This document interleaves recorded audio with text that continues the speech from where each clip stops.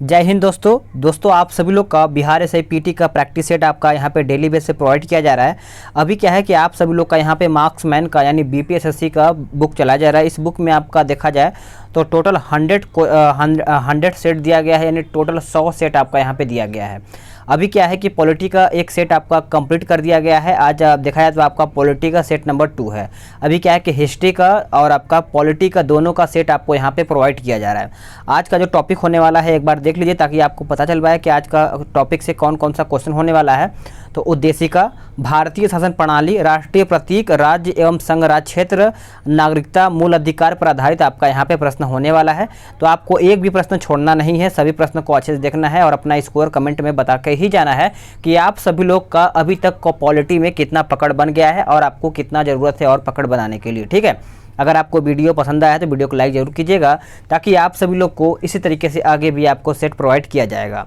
पहला प्रश्न है कि भारतीय संविधान की प्रस्तावना में पंथ निरपेक्ष शब्द जोड़ा गया कौन से संविधान संशोधन के द्वारा? तो इसका आंसर आप सभी लोग याद रखिएगा, 42वें संविधान संशोधन के द्वारा जो जोड़ा गया है। ऑप्शन आपका यहाँ पे क्वेश्चन नंबर 1 का बी हो जाएगा। अगला प्रश्न है कि भारत एक गणतंत्र है, इसका अर्थ क्या है? भारत एक गणतंत्र है, इसका अर्थ देखा जाए तो भारत में वंशानुगत शासन नहीं है, यानी ऑप्शन आपका यहाँ पे सी हो जाएगा। अगला प्रश्न है कि भारत में लौकिक सार्वभौमिकता है क्योंकि संविधान की प्रस्तावना आरंभ होती है कहाँ से, यानी कौन से शब्दों से? तो ये आप सब लोग याद रखिएगा, हम भारत के लोग, आप सब लोग याद रखिएगा। तीसरे का ऑप्शन आपका डी हो जाएगा। अगर आप लूसेंट वगैरह रखे होंगे तो वहाँ से जब प्रस्तावना स्टार्ट होगा तो यहीं से आपका स्टार्ट होता है। अगला प्रश्न है कि सभी व्यक्ति पूर्णतः और समान रूप से मानव हैं, यह सिद्धांत जाना जाता है।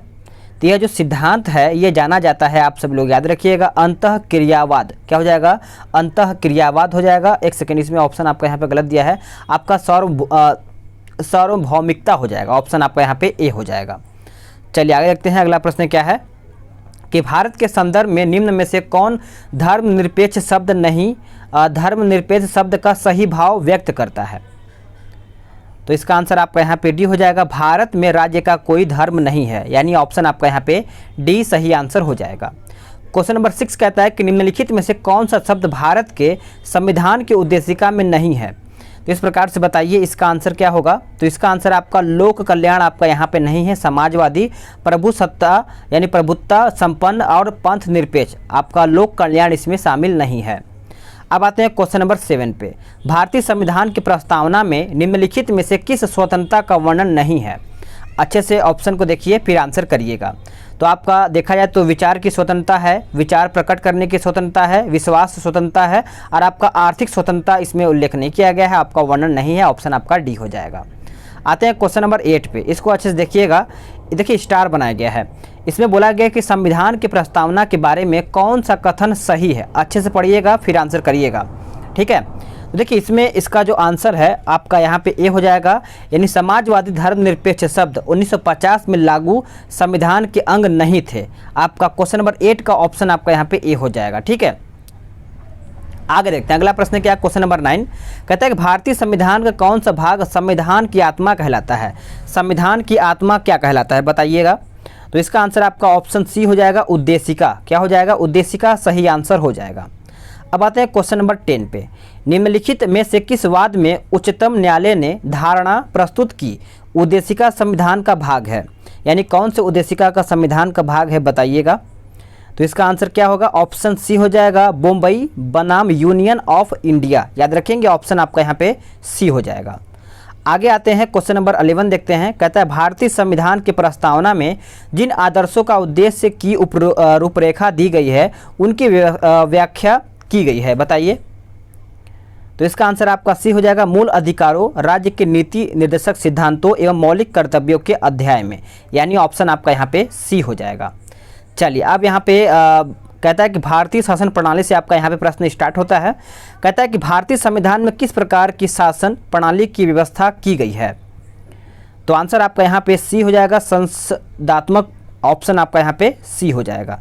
चलिए आगे देखते हैं अगला प्रश्न क्या है। अगला प्रश्न कहता है कि संसदात्मक शासन व्यवस्था किस पर आधारित है या फिर किस पर नियंत्रण होता है? तो इसका आंसर आप सभी लोग याद रखेंगे, ऑप्शन आपका डी हो जाएगा, विधायिका और कार्यपालिका पर नियंत्रण होता है। ऑप्शन आपका यहाँ पे डी सही आंसर हो जाएगा। अगला प्रश्न है कि राष्ट्रपति पद्धति में समस्त कार्यपालिका की शक्तियाँ निहित होती हैं। तो इस प्रकार से इसका आंसर आपका यहाँ पे राष्ट्रपति में हो जाएगा। ऑप्शन आपका 14 का ए सही आंसर हो जाएगा। आगे देखते हैं अगला प्रश्न क्या है कि निम्नलिखित में से कौन सी विशेषता भारतीय राजतंत्र की नहीं है? कौन सी विशेषता भारतीय राजतंत्र की नहीं है? तो आपका सत्तावादी सरकार हो जाएगा। ऑप्शन आपका 15 का डी हो जाएगा। अगला प्रश्न है क्वेश्चन नंबर 16 नंबर, कहता है कल्याणकारी राज्य का उद्देश्य क्या है? बताइए, कल्याणकारी राज्य का उद्देश्य क्या है? तो इसका आंसर आपका यहाँ पे ऑप्शन ए हो जाएगा, अधिकतम संख्या का अधिकतम कल्याण सुनिश्चित करना, यानी ऑप्शन आपका यहाँ पे ए हो जाएगा। चलिए आगे देखते हैं। अगला प्रश्न है कि भारत में राजनीतिक सत्ता का प्रमुख स्रोत कौन सा है? तो भारत में राजनीतिक सत्ता का प्रमुख स्रोत देखा जाए तो 17 का सही आंसर आपका जनता हो जाएगा। जनता के द्वारा ही आपका राजनीति वगैरह मान के चलिए, आपका ऑप्शन ए हो जाएगा। निम्नांकित में से कौन एक अध्यास यानी अध्यात्मक शासन प्रणाली का आधारभूत तत्व है? आंसर क्या होगा बताइएगा। तो देखिए इसका आंसर आपका एकल कार्यपालिका हो जाएगा। ऑप्शन आपका यहाँ पे बी राइट आंसर हो जाएगा। अब आते हैं क्वेश्चन नंबर 19 पे। इसमें आपको अच्छे से देखिएगा, ऑप्शन आपका यहाँ पे नीचे दिया गया है। कहता है भारत में प्रजातंत्र इस तथ्य पर आधारित है। बताइए, आंसर इसका ऑप्शन सी हो जाएगा, जनता को सरकारों को चुनने तथा बदलने का अधिकार प्राप्त है। ऑप्शन आपका 19 का देखा जाए तो सी हो जाएगा। आगे देखते हैं अगला प्रश्न क्या है। क्वेश्चन नंबर 20, निम्नलिखित में से किनसे विनिर्धारित होता है कि भारत का संविधान परिसंघीय है? बताइए, इसका आंसर आपका क्या हो जाएगा। तो 20 का सही आंसर देखा जाए तो आपका केंद्र और राज्यों के बीच शक्तियों का वितरण, यानी ऑप्शन आपका यहाँ पे डी हो जाएगा। अगला प्रश्न है कि भारतीय संविधान कैसा है? बताइएगा, भारतीय संविधान जो है आपका कैसा है? तो 21 का राइट आंसर देखा जाए तो आपका अंतः कठोर और अंतः लचीला है। ऑप्शन आपका यहाँ पे डी हो जाएगा। अगला प्रश्न है क्वेश्चन नंबर 22, भारत की संसदीय शासन प्रणाली एवं ब्रिटेन की संसदीय शासन प्रणाली में अंतर का बिंदु निम्नलिखित में से कौन सा है? तो आप सभी लोग याद रखिएगा, 22 का सही आंसर आपका न्यायिक समीक्षा हो जाएगा। ऑप्शन आपका यहाँ पे बी सही आंसर हो जाएगा। अगला प्रश्न है क्वेश्चन नंबर 23, भारतीय संविधान के वृहद होने का कारण क्या है? वृहद होने का कारण यही है कि यह संघ तथा राज्य सरकारों का संविधान है। ऑप्शन आपका डी हो जाएगा। अगला प्रश्न है कि भारतीय संघवाद को सहकारी संघवाद किसने कहा है? तो इसका आंसर आपका देखा जाए तो 24 का ऑप्शन ए हो जाएगा, जी ऑस्टिन। ऑप्शन आपका यहाँ पे ए हो जाएगा। अगला प्रश्न है किसने कहा था कि भारत अर्ध संघात्मक राज्य है? तो इसका आंसर आपका डी हो जाएगा, के.सी. हुइयर। ऑप्शन आपका डी हो जाएगा। अगला प्रश्न है 26 नंबर, कहता है कि भारतीय संविधान अधिक कठोर तथा अधिक लचीले के मध्य एक अच्छा संतुलन स्थापित करता है। यह कथन किसका है? यह कथन जो है किसका है?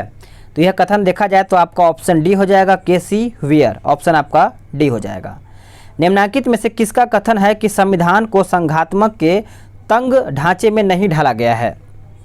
तो इसका आंसर आपका 27 का देखा जाए तो आपका सी हो जाएगा, बी.आर. अम्बेडकर। क्या हो जाएगा? बी.आर. अम्बेडकर।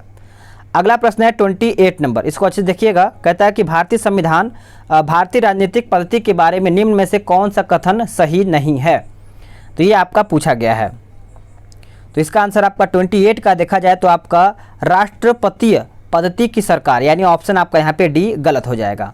आगे देखते हैं अगला प्रश्न क्या है। अच्छे से देखिएगा कि गणतंत्रीय अवधारणा से संबंधित निम्नांकित में से कौन एक सही या फिर कौन एक सही नहीं है? तो इसका आंसर आपका सी हो जाएगा, सर्वोच्च शक्ति एक राजा के समान यानी एक ही व्यक्ति में निहित है। यह आपका ऑप्शन गलत है। अगला प्रश्न है कि निम्नलिखित में से कौन सा राज्य का सबसे महत्वपूर्ण तत्व है? तो सबसे महत्वपूर्ण तत्व पूछा गया है तो आपका ऑप्शन सी हो जाएगा, यानी संप्रभुता हो जाएगा। ऑप्शन आपका यहाँ पे सी हो जाएगा। चलिए आगे देखते हैं। अगला प्रश्न है कि भारत का राष्ट्रीय पशु पूछा गया है। भारत का राष्ट्रीय पशु क्या है? तो इसका आप सभी लोग याद रखिएगा, ऑप्शन आपका बाघ हो जाएगा, सी हो जाएगा। भारत का राष्ट्रीय पुष्प सभी को पता है, बताइएगा। तो इसका आंसर आपका कमल हो जाएगा। भारत का राष्ट्रीय पक्षी भी पता होगा आप सभी लोग को, ऑप्शन आपका सी हो जाएगा, मोर। चलिए आगे देखते हैं कि भारतीय राष्ट्रीय ध्वज के चक्र में कितने तिलियां होती हैं, ये भी आपको पता ही होगा, क्या होगा बताइए, 24 हो जाएगा, ऑप्शन आपका सी हो जाएगा। संपूर्ण राष्ट्रगान का वादन यानी गायन काल कितने सेकंड का होता है, तो ये आपका 35 का देखा जाए तो आपका उत्तर क्या हो जाएगा, 52 सेकंड हो जाएगा, ऑप्शन आपका सी हो जाएगा। अब यहाँ पे राज्य एवं संघ राज क्षेत्र देखेंगे हम अच्छे से कि नए राज्य के गठन की शक्ति निहित है। वीडियो लाइक कर दिया कीजिए आप सभी लोग और शेयर वेयर भी कर दिया कीजिए ताकि और भी लोग इस वीडियो के माध्यम से अपना रिवीजन कर पाएँ, ठीक है। चलिए बताइए 36 का आंसर क्या होगा, तो इसका आंसर आपका ये हो जाएगा संसद, क्या हो जाएगा, संसद। अगला प्रश्न है कि संविधान के प्रथम अनुच्छेद के अनुसार भारत क्या पूछा गया है, बताइए आर्टिकल 1 में क्या कहा गया है। तो इस प्रकार से आर्टिकल 1 में देखा जाए तो राज्यों का संघ यानी यूनियन बोला गया, ऑप्शन आपका यहाँ पे डी हो जाएगा। अगला प्रश्न है कि भारत में संघ राज्यों का प्रशासन होता है किसके द्वारा, याद रखिएगा भारत में संघ राज्यों का प्रशासन पूछा गया है, तो इस प्रकार से 38 का सही आंसर राष्ट्रपति के द्वारा होता है, ऑप्शन आपका यहाँ पे ए हो जाएगा। अगला प्रश्न है क्वेश्चन नंबर 39, भारतीय संघ के अंतर्गत किसी राज्य को मिलाने का अधिकार किसे है, किसी राज्य को मिलाने का अधिकार किसे है, तो आपका संसद को है, किसके पास है, संसद के पास है। आगे आते हैं क्वेश्चन नंबर 40, यदि भारतीय संघ में एक नए राज्य का सृजन किया जाना है तो संविधान की किस अनुसूची में संशोधन करना आवश्यक होगा, बताइए 5वीं, तीसरी, दूसरी या फिर प्रथम। तो इस प्रकार से इसका आंसर आपका प्रथम अनुसूची हो जाएगा, ऑप्शन आपका डी हो जाएगा। अगला प्रश्न है कि भारत में कितने संघ शासित प्रदेश हैं, तो ये आप कमेंट करके बताइएगा कि ये कितने संघ शासित प्रदेश हैं, ठीक है। अगला प्रश्न है कि लोकसभा में केंद्र शासित प्रदेशों के लिए कितनी सीटें या फिर स्थान आरक्षित हैं, तो 42 का राइट आंसर आपका ऑप्शन बी हो जाएगा, 26। चलिए आगे देखते हैं अगला प्रश्न क्या कहता है। क्वेश्चन नंबर 43 कहता है कि राज्य पुनर्गठन आयोग ने 1 नवंबर 1956 को कितने राज्य तथा कितने संघ राज्य बनाए हैं, तो इसका आंसर बताइए क्या होगा। 43 का ऑप्शन आपका 14 राज्य और 6 संघ राज्य क्षेत्र हो जाएगा। अगला प्रश्न है कि भारत में कितने राज्य तथा संघीय क्षेत्र प्रदेश हैं, बताइएगा इसका आंसर क्या होगा। तो 44 का आंसर देखा जाए तो आपका 28 राज्य एवं 8 संघीय प्रदेश जिसमें राजधानी क्षेत्र भी सम्मिलित हैं, ठीक है। आगे देखते हैं, किसी राज्य की राजधानी का नाम स्वतंत्रता प्राप्ति के बाद अभी तक नहीं बदला गया है, तो 45 का ऑप्शन देखा जाए तो आपका आंध्र प्रदेश हो जाएगा, ऑप्शन आपका डी हो जाएगा। जम्मू एवं कश्मीर तथा लद्दाख हैं, तो इस प्रकार से देखा जाए तो आपका ऑप्शन बी हो जाएगा, केंद्र शासित प्रदेश हैं, ऑप्शन आपका डी हो जाएगा। अभी तो क्या चेंज हो गया जम्मू कश्मीर, तो इस प्रकार से आप इसको याद रखिएगा। सिक्किम भारत का एक राज्य बनाया गया था, सिक्किम भारत का एक राज्य बनाया गया था कौन से संविधान संशोधन के तहत, तो आप सभी लोग याद रखिएगा ऑप्शन आपका 47 का क्या हो जाएगा, आपका 35वें संविधान संशोधन के तहत किया गया था, ऑप्शन आपका सी हो जाएगा। अगला प्रश्न है कि तेलंगाना राज्य स्वरूप में आया था कब, तो आप सभी लोग याद रखिएगा 48 का ऑप्शन आपका डी हो जाएगा, 2 जून 2014 को, ऑप्शन आपका यहाँ पे डी हो जाएगा। अगला प्रश्न है कि भाषा के आधार पर राज्यों के गठन हेतु राज्य पुनर्गठन आयोग की स्थापना कब की गई थी, ये कब किया गया था, तो ये किया गया था 1953 में। कब किया गया था, 1953 में। आगे देखते हैं कि भाषाई आधार पर राज्यों का पुनर्गठन कब किया गया था, तो क्वेश्चन नंबर 50 का ऑप्शन आपका 1956 हो जाएगा, ऑप्शन आपका यहाँ पे ए सही आंसर हो जाएगा।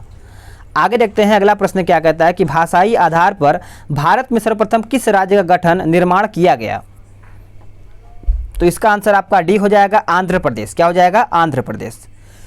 आंध्र प्रदेश एक भाषाई राज्य के रूप में कब किया गया था, तो आप सभी लोग याद रखिएगा 52 का सही आंसर आपका 1953 हो जाएगा, ऑप्शन आपका बी हो जाएगा।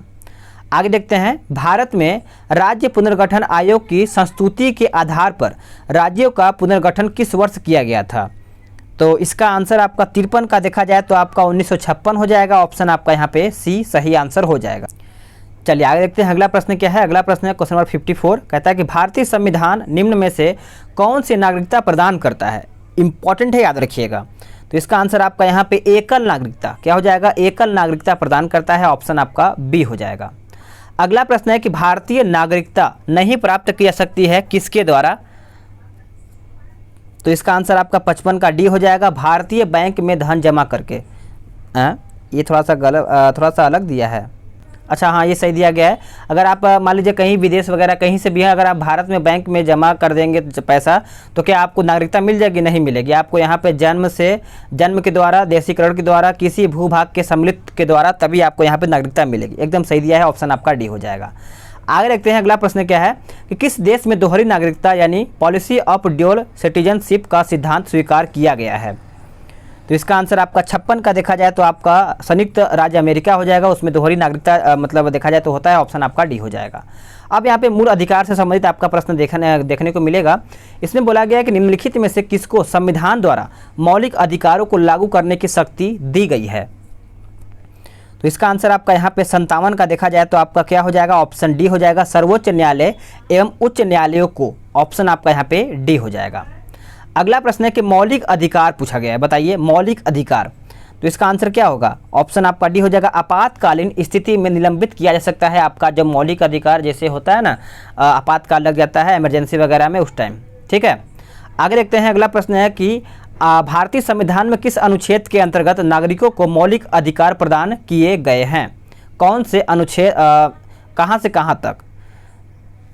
तो 59 का ऑप्शन आपका यहाँ पे 12 से 35 हो जाएगा। देखिए सबसे पहले आपका भाग 1 देखा जाए तो आपका 1 से 4 है। भाग 2 देखा जाए तो आपका 5 से 11 है, जो कि क्या बोलते हैं 5 से 11 नागरिकता है। और उसके बाद 12 से जो 35 है आपका, ये आपका मौलिक अधिकार है। और जो आपका चौथा है राज्य की नीति निर्देशक तत्व तो 36 से 51, वो आपका राज्य का नीति निर्देशक होता है, तो भाग 4 हो जाएगा। ठीक है, इसको आप अच्छे से याद रखिएगा। चलिए आगे देखते हैं। क्वेश्चन नंबर 60 कहता है कि भारतीय संविधान के निम्नलिखित अनुच्छेदों में से कौन विधायक सत्ता पर पूर्ण नियंत्रण लगाता है? बताइएगा। तो इसका आंसर आपका अनुच्छेद 14 हो जाएगा। ऑप्शन आपका यहाँ पे ए हो जाएगा। अनुच्छेद 17 में क्या है बताइए? अनुच्छेद 17, अनुच्छेद 16, अनुच्छेद 15। तो अनुच्छेद 15 में धर्म से संबंधित है, अनुच्छेद 17 में अस्पृश्यता है, और अनुच्छेद 16 आई थिंक लोक नियोजन है, आई थिंक याद नहीं आ रहा है। बताइए इसका आंसर क्या होगा? चलिए आगे देखते हैं कि भारतीय संविधान का कौन सा अनुच्छेद संवैधानिक प्रावधानों को संघीय संसद, राज्य विधान पालिकाओं द्वारा बनाए गए नियमों या फिर कानून पर प्राथमिकता प्रदान करता है? बताइए इसका आंसर क्या होगा? तो इसका आंसर आप सभी लोग याद रखेंगे। ऑप्शन आपका ए हो जाएगा, अनुच्छेद 13। देखिए जो अनुच्छेद 16 था वो लोक नियोजन से ही संबंधित है, आप इसको याद रखिएगा, भूल गए थे हम। ठीक है, और यहाँ पे देखिए अनुच्छेद जो आपका यहाँ पे क्या बोलते हैं कि अनुच्छेद 32 सभी को पता है, मूल अधिकार से संबंधित है आपका। ठीक है, इसको आप अच्छे से याद रखिएगा। अब यहाँ पे अगला प्रश्न देखेंगे, यानी क्वेश्चन नंबर 62। भारतीय संविधान के अनुच्छेद 13 का प्रमुख उद्देश्य निम्नलिखित में से किसके संदर्भ में संविधान की सर्वोच्चता सुनिश्चित करता है? वेरी इंपॉर्टेंट आपके लिए प्रश्न ये बन जाता है। बताइए इसका आंसर क्या होगा? तो 62 का सही आंसर आपका यहाँ पे ऑप्शन बी हो जाएगा, मौलिक अधिकार, जो आपका 12 से 35 करीबन 12 से 35 आपका यहाँ पे 12 से 35 है। ठीक है, आगे देखते हैं। अगला प्रश्न है क्वेश्चन नंबर 63। कहता है धर्म आदि के आधार पर विभेद का प्रतिषेध यानी भारत के संविधान का अनुच्छेद 15 एक मूल अधिकार है जिसे इसके अधीन वर्गीकृत किया गया है। बताइए अनुच्छेद 15 के बारे में पूछा गया है, तो आप सभी लोग याद रखिएगा। 15 में क्या कहा गया है? जाति, धर्म, लिंग के आधार पर भेदभाव या समानता नहीं किया जाएगा। तो इस प्रकार से इसका आंसर क्या होगा? 63 का बताइए। तो 63 का आपका यहाँ पे समानता का अधिकार से संबंधित है। ऑप्शन आपका यहाँ पे डी हो जाएगा। चलिए आगे देखते हैं। अगला प्रश्न है कि भारतीय संविधान में समता का अधिकार 5 अनुच्छेदों द्वारा प्रदान किया गया है, वो आपका कौन सा है? बताइए इसका आंसर क्या होगा? तो इसका आंसर आपका यहाँ पे ऑप्शन 64 का देखा जाए तो आपका सी हो जाएगा, 14 से 18। याद रखेंगे आप सभी, एक बार सीरीज याद कर लिए। समानता का अधिकार 14 से 18, स्वतंत्रता का जो अधिकार है वो आपका 19 से 22 है, शोषण के विरुद्ध अधिकार आपका 23 से 24, धार्मिक 25 से 28, संस्कृति की बात करें तो यहाँ पे 29 से 30 है, और संपत्ति आपको पता ही है, संपत्ति का अधिकार कौन से अनुच्छेद में चला गया है? बताइए संपत्ति का अधिकार कौन से अनुच्छेद में चला गया है? चलिए आगे देखते हैं, कमेंट करके बताइएगा। भारतीय संविधान में जैसा निहित है, निम्न में से कौन सा समानता के मौलिक अधिकारों में सम्मिलित नहीं है? तो इस प्रकार से 65 का ऑप्शन देखा जाए तो आपका डी हो जाएगा, आर्थिक समानता। क्या हो जाएगा? आर्थिक समानता आपका यहाँ पे उत्तर हो जाएगा। अगला प्रश्न है कि मौलिक अधिकारों के अंतर्गत कौन सा अनुच्छेद बच्चों के शोषण से संबंधित है? ऑप्शन देखिए, समझिए, फिर आंसर कीजिए। सबसे पहले अनुच्छेद 17 में क्या है? अस्पृश्यता है। अनुच्छेद 23 में बताइए क्या है? अनुच्छेद 23 में बाल श्रम बेरोजगारी से संबंधित है, 66 का। ठीक है। और उसके बाद आपका अनुच्छेद 18 में क्या है बताइएगा, अनुच्छेद 18 में देखा जाए तो उपाधियों का अंत है, और अनुच्छेद 24 आपका सही आंसर हो जाएगा, यानी ऑप्शन डी। अनुच्छेद 24 में कहा गया है कि 14 वर्ष से कम बच्चा का खतरनाक काम वगैरह करने से अनुमति वगैरह नहीं दिया गया है, तो इस प्रकार से आपका ऑप्शन डी हो जाएगा। आगे देखते हैं कि मूल अधिकारों के अंतर्गत कौन सा अनुच्छेद बालकों के नियोजन से सीधा संबंधित रखता है। अभी मैंने आपको बताया ना 67 का आंसर क्या होगा, अनुच्छेद 24 हो जाएगा। अगला प्रश्न है कि संविधान के किस प्रावधान द्वारा अस्पृश्यता का उन्मूलन किया गया है। मैंने अभी आपको बताया था कि देखिए पहले अनुच्छेद 14 जान लीजिए। अनुच्छेद 14 आपका विधि के समक्ष समानता का अधिकार है। अनुच्छेद 17 आपका अस्पृश्यता है, और अनुच्छेद आपका यहाँ पे 68 का देखा जाए तो आपका यहाँ पे अस्पृश्यता पूछा गया है, तो आपका अनुच्छेद 17 ही हो जाएगा। अनुच्छेद 21 बताइए, प्राण एवं दैहिक स्वतंत्रता के बारे में दिया गया है, और अनुच्छेद 19 आपको पता ही होगा। अनुच्छेद 19 आपका यानी क्या बोलते हैं, स्वतंत्रता का अधिकार दिया गया, जिसमें आपका इसमें आरटीआई, प्रेस, झंडा, ये सब आपका बोलने का अधिकार भी आपको 19 के तहत ही देखने को मिलता है। भारत के यानी 69 देखते हैं, इसमें बोला गया है कि भारत के संविधान का निम्नलिखित में से कौन सा अनुच्छेद प्रेस की स्वतंत्रता से संबंधित है। अभी मैंने आपको बताया कि प्रेस की स्वतंत्रता जो है 69 का देखा जाए तो आपका अनुच्छेद 19 में आपका बोलने की स्वतंत्रता है, प्रेस की स्वतंत्रता आपका 19 से ही संबंधित है। अनुच्छेद 21 आपका प्राण एवं दैहिक स्वतंत्रता। अनुच्छेद 20 के बारे में याद करें तो एक अपराध की एक सज़ा, यानी अगर आप एक अपराध करते हैं तो उसी के टाइम के हिसाब से सज़ा मिलेगी। और अनुच्छेद 22 की बात करें तो आपको यहाँ पे गिरफ्तारी के संरक्षित संबंध है आपका, यानी जहाँ तक मुझे हो पा रहा है आपको मैं थोड़ा बहुत डिटेल भी प्रोवाइड कर दे रहा हूँ, क्योंकि इस बुक में आपको सिर्फ आंसर ही दिया गया है। ठीक है, भारत का संविधान स्पष्टतः प्रेस की आज़ादी की व्यवस्था नहीं करता है, किंतु यह आज़ादी अंतर्निहित है कौन से अनुच्छेद में। ये देखिए आपका अनुच्छेद 19 पूरा लिखा गया है, लेकिन आपका जो पॉइंट दिया गया ये बहुत ज़्यादा पॉइंट इंपॉर्टेंट है, आप इसको अच्छे से याद रखिएगा। इसमें क्या क्या लिखा गया है तो आप सभी लोग याद रखिएगा।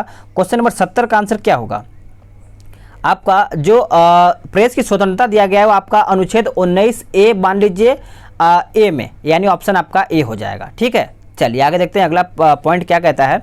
अगला प्रश्न कहता है कि भारतीय संविधान के किस अनुच्छेद में भाषण एवं अभिव्यक्ति की स्वतंत्रता के मूल अधिकार का प्रावधान किया गया है। बताइए, अभी आपको मैंने बताया ना आपका बोलने की आज़ादी आपका 19B में यानी अनुच्छेद बी में मिलेगा, यानी अनुच्छेद बी आपका बी हो जाएगा सही आंसर। ठीक है, अनुच्छेद 19 में। चलिए आपका 72 देखते हैं, 72 भी आपके लिए इंपॉर्टेंट है। ये भी आपका वही प्रश्न पूछा गया है कि भारत में समाचार पत्रों का स्वतंत्रता कौन से अनुच्छेद के द्वारा दिया गया है। एक बार वीडियो को रोकिए, फिर अच्छे समझिए, फिर आंसर कीजिए। तो इसका आंसर आपका ए हो जाएगा। संविधान के अनुच्छेद 19A या फिर 1A में विशेष रूप से ये उपबंधित किया गया है कि आप इसके तहत बोल सकते हैं। ठीक है, आगे देखते हैं अगला प्रश्न क्या है कि भारतीय संविधान का कौन सा अनुच्छेद व्यक्ति के विदेश यात्रा के अधिकार को संरक्षण प्रदान करता है। तो इस प्रकार से 73 का आंसर क्या होगा, 73 का ऑप्शन आपका इसमें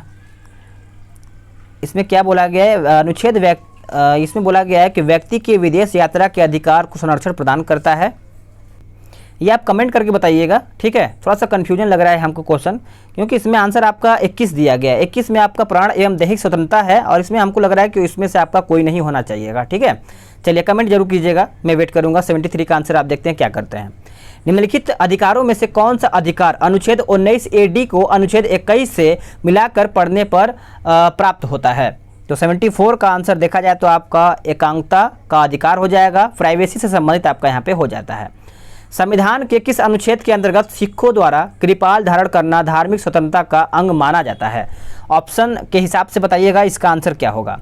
तो अनुच्छेद आपका क्या हो जाएगा बताइएगा, इसमें आपका 25 हो जाएगा। देखिए 25 में क्या कहा गया है, अंतःकरण धार्मिक स्वतंत्रता के बारे में यहाँ पे अनुच्छेद 25 के बारे में कहा गया है। ठीक है, और अनुच्छेद 24 मैंने आपको बता दिया था, 14 वर्ष से कम जो बच्चा होता है उनको खतरनाक काम करने की अनुमति अनुच्छेद 24 के तहत नहीं दिया गया है। तो इस प्रकार से आप इसको अच्छे से याद रखिएगा।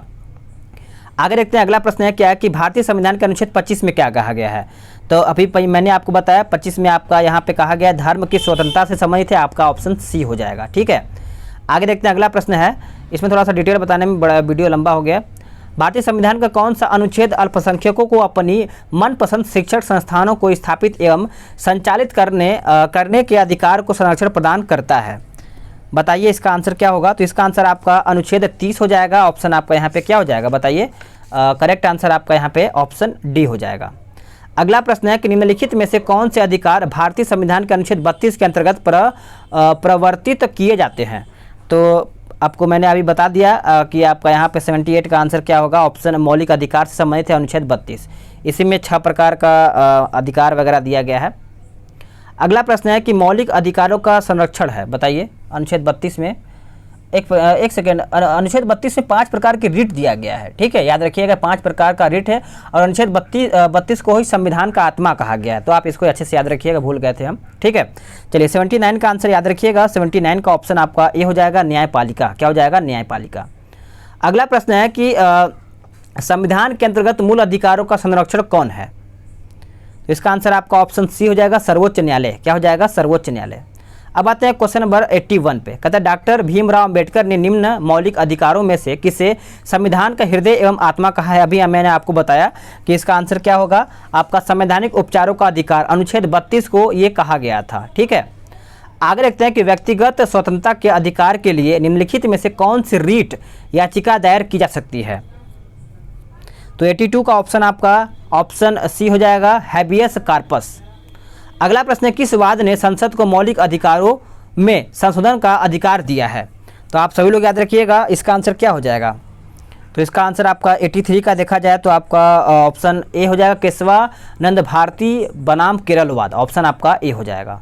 संपत्ति के मौलिक अधिकार को कब समाप्त किया गया था, वेरी इंपॉर्टेंट आपका ये क्वेश्चन बन जाता है, बताइएगा। 84 का आंसर आपका क्या हो जाएगा, ऑप्शन आपका 1978 में 44वें संविधान संशोधन के द्वारा ये आपका किया गया था, आप इसको अच्छे से याद रखिएगा।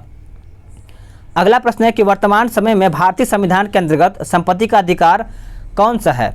तो संविधान जो संपत्ति का अधिकार जो आपका देखा जाए तो आप एक प्रकार से 85 का ऑप्शन आपका यहाँ पे क्या हो जाएगा, वैधानिक अधिकार है। ऑप्शन आपका यहाँ पे बी हो जाएगा, ठीक है। चलिए आगे देखते हैं। अगला प्रश्न क्या है कि जिस संविधान संशोधन से नागरिकों के संपत्ति के अधिकार का मूलाधिकार की सूची से निष्कासित या फिर निकाल गया था, वो आपका कौन से संविधान संशोधन के द्वारा किया गया था। तो अभी मैंने आपको बताया था, यह आपका हो जाएगा 44वां यानी 44वां, ठीक है। आगे देखते हैं कि कौन मूल अधिकार के अंतर्गत नहीं आता है। एक बार अच्छे से देखिएगा, अभी आपको बताया गया कि 44वां यानी 44वां संविधान संशोधन के द्वारा ये आपका हटाया गया है संपत्ति का अधिकार। क्या हो जाएगा, संपत्ति का अधिकार। अगला प्रश्न है कि भारतीय संविधान निम्न में से कौन सा अधिकार प्रदान नहीं करता है। तो इसका आंसर आपका 88 का देखा जाए तो आपका समान आवास का अधिकार यानी ऑप्शन आपका यहाँ पे ए हो जाएगा। अगला प्रश्न है क्वेश्चन नंबर 89, निम्नलिखित में से कौन सा मूल अधिकार भारतीय संविधान में नागरिकों को नहीं दिया गया है। अच्छे से देखिए, ऑप्शन देखिए फिर आंसर कीजिएगा, ठीक है। 89 का बताइएगा, 89 का क्या कहा गया है, सूचना का अधिकार, ठीक है। ये आपका ऑप्शन गलत हो जाएगा। भारतीय संविधान के अंतर्गत निम्नलिखित अधिकारों में से कौन सा एक अधिकार सभी व्यक्तियों को प्राप्त हुआ है या फिर सभी व्यक्तियों को प्राप्त है। तो आपका विधि के समान संरक्षण का अधिकार यानी ऑप्शन आपका 90 का ए सही आंसर हो जाएगा। अगला प्रश्न है कि भारत में रहने वाला ब्रिटिश नागरिक दावा नहीं कर सकता, नागरिक दावा नहीं कर सकता क्या। तो आपका व्यापार और व्यवसाय की स्वतंत्रता का अधिकार का। अगला प्रश्न है कि निम्नलिखित में से कौन सा मूल अधिकार विदेशी नागरिकों को प्राप्त नहीं है। तो इस प्रकार से आपका उत्तर व्यक्ति की स्वतंत्रता का अधिकार, ऑप्शन आपका बी हो जाएगा। अगला प्रश्न है कि भारतीय संविधान द्वारा प्रदत्त निम्न में से कौन सा अधिकार गैर नागरिकों को भी उपलब्ध है। तो कौन सा अधिकार है बताइएगा। तो इसका आंसर आपका संवैधानिक निराकरण का अधिकार हो जाएगा, ऑप्शन आपका यहाँ पे डी हो जाएगा। अगला प्रश्न क्या है, इसको अच्छे देखिएगा, ऑप्शन देखने के बाद ही आंसर करिएगा। कहता है भारतीय संविधान की प्रस्तावना में प्रयुक्त समाजवाद शब्द को निम्नलिखित किस अनुच्छेद या फिर अनुच्छेदों के साथ मिलाकर के पढ़ने से सर्वोच्च न्यायालय को समान कार्य के लिए समान वेतन को मौलिक अधिकार परिभाषित करने की शक्ति प्राप्त हुई है। तो इस प्रकार से आपका अनुच्छेद 14 तथा 16 क्या हो जाएगा, 14 तथा 16 आपका यहाँ पे उत्तर हो जाएगा। आगे देखते हैं। अगला प्रश्न है क्वेश्चन नंबर 95। देखिए सभी प्रश्न आपके लिए इंपॉर्टेंट, इसको आप जरूर पढ़िएगा क्योंकि रिवीजन करने से ही आपको क्लियर हो जाएगा। भारतीय संविधान के निम्नांकित अनुच्छेदों में से कौन सा एक लोक नियोजन के विषय में भारत के सभी नागरिकों को अवसर की समानता का प्रत्याभूति प्रदान करता है। तो आपका ऑप्शन बी हो जाएगा अनुच्छेद 16A अनुच्छेद 16(2), इसको आप याद रखिएगा। अब आते हैं क्वेश्चन नंबर 96 पे। ये कहता है कि भारतीय संविधान मान्यता देता है। तो भारतीय संविधान मान्यता देता है धार्मिक और भाषाई अल्पसंख्यकों को, ऑप्शन आपका यहाँ पे सी हो जाएगा। अगला प्रश्न है कि 6 वर्ष की आयु से 14 वर्ष की आयु के बच्चों बीच के सभी बच्चों यानी शिशुओं की शिक्षा का अधिकार है कौन सा? तो इसका आंसर याद रखिएगा, मूल अधिकार है। ऑप्शन आपका यहाँ पे क्या हो जाएगा? बी हो जाएगा। अगला प्रश्न क्या है? क्वेश्चन नंबर 98, इसको देखिएगा कि निम्न में से कौन सा एक अधिकार राष्ट्रीय आपातकाल तक में समाप्त या फिर सीमित नहीं किया जा सकता है? तो आपका उत्तर व्यक्तिगत स्वतंत्रता तथा जीवन का अधिकार हो जाएगा। ऑप्शन आपका यहाँ पे बी हो जाएगा। अगला प्रश्न है कि भारतीय संविधान के अनुच्छेद 25 में प्रयुक्त हिंदू शब्द किसे सम्मिलित नहीं करता है? बताइए। तो आपका उत्तर पारसियों को सम्मिलित नहीं करता है। ऑप्शन आपका सी हो जाएगा। बाकी आपका बौद्ध, जैन, सिख वगैरह आपका यहाँ पे हो जाएगा।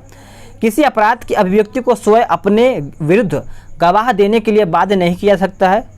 भारतीय संविधान के किस अनुच्छेद में यह प्रावधान किया गया है? वेरी इंपॉर्टेंट, मैंने अभी आपको बताया था, आपका अनुच्छेद 20 में कहा गया है। ठीक है, आप इसको अच्छे से याद रखिएगा। अनुच्छेद 20 में क्या कहा गया है? अनुच्छेद 20 में कहा गया है कि एक अपराध की एक ही सजा से संबंधित आपका है। इसको आप जिस समय आपका मतलब जिस समय आप अपराध कर रहे हैं उसी के हिसाब से आपको यहाँ पे सजा दिया जाएगा।